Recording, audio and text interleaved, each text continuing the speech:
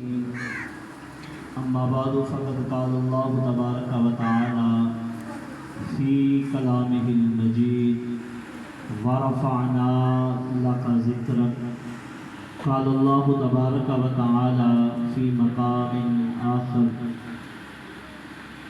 إن الله وملائكته يصلون على النبي يا أيها الذين آمنوا صلوا عليه وسلموا تسلیما.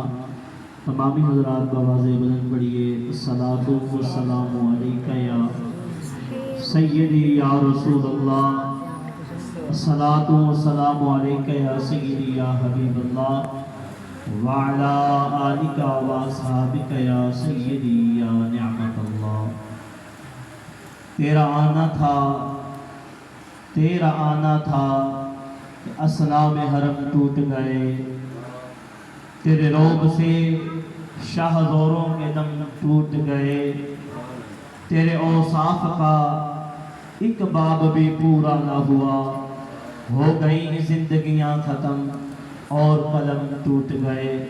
بلغ العلا بکمالہ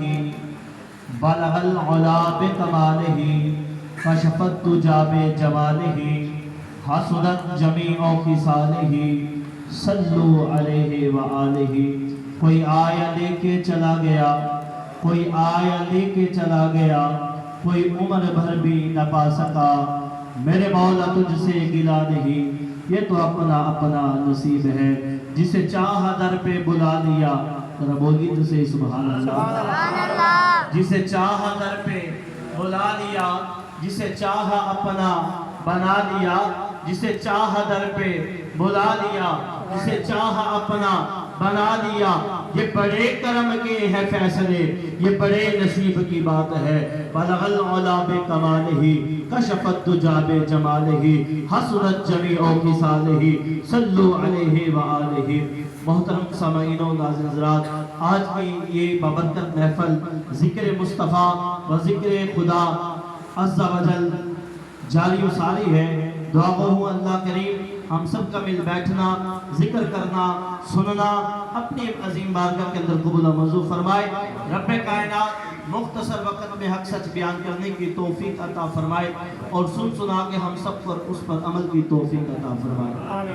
مبارکباد کے مستحق ہیں بانیان محفل کہ جنہوں نے آج اس خوبصورت محفل کا انعقاد کیا اور ہمیں بلایا تاکہ ہم آئیں، ذکر مصطفیٰ کریں اور ذکر مصطفیٰ سنیں.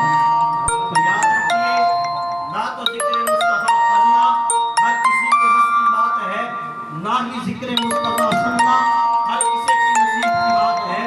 تو ذکر مصطفیٰ یہ وہ ذکر ہے کہ جس کے بارے میں آدم علیہ السلام نے اپنے بیٹے شیش سے کہا تھا کہ اے شیش بیٹا یاد رکھنا، جب بھی کوئی مشکل پیش آئے تو ذکر خدا کے ساتھ ذکر مصطفیٰ کر لینا، تیری مشکل دور ہو جائے گی. نوح نے اپنے بیٹے کو کہا تھا ذکر مصطفیٰ نہ چھوڑنا. ابراہیم نے اسماعیل کو کہا تھا ذکر مصطفیٰ نہ چھوڑنا. اسماعیل نے اپنے بیٹے کو کہا. اور اسی طرح جو ہے انبیاء جو ہے اپنے پیاروں کو یہ وصیت، یہ نصیحت یہ کرتے گئے ہیں. ہمارا زندگی کے اندر نہ تو ذکر خدا چھوڑنا ہے، نہ ذکر مصطفیٰ چھوڑنا ہے. یہی تو وجہ ہے عیسیٰ علیہ السلام جیسے نبی منبر پہ کھڑے ہیں، قوم سے خطاب کرتے ہوئے فرما رہے ہیں لوگوں یاد رکھنا میں عیسیٰ اللہ کا نبی بن کے آیا ہوں. ایک عورت نے کہا اے نبی خدا آپ کی شان بڑی نرالی ہے، آپ کا وقار بڑا اعلیٰ ہے، آپ کا مرتبہ بڑا اعلیٰ ہے. ہم آپ کو دیکھتے ہیں، آپ کی شان جیسی شان زمانے میں کسی کی نظر نہیں آتی، آپ کے جیسا مقام کسی کا نظر نہیں آتا. ہمارا آپ کو اللہ نے یہ شان دی ہے. مردے کو کہتے ہیں قم بإذن اللہ، مردہ زندہ ہو جاتا ہے. ہمیں پرندوں کو پھونک مارتے ہیں، وہ زندہ ہو کے اڑ پڑتا ہے. کوڑ کے برس والا آئے ہاتھ پھیرتے ہیں، بسم اللہ پڑھتے ہیں، اللہ شفا دے دیتا ہے. ہمیں کہ آپ سے زیادہ بھی کوئی شان والا ہوگا.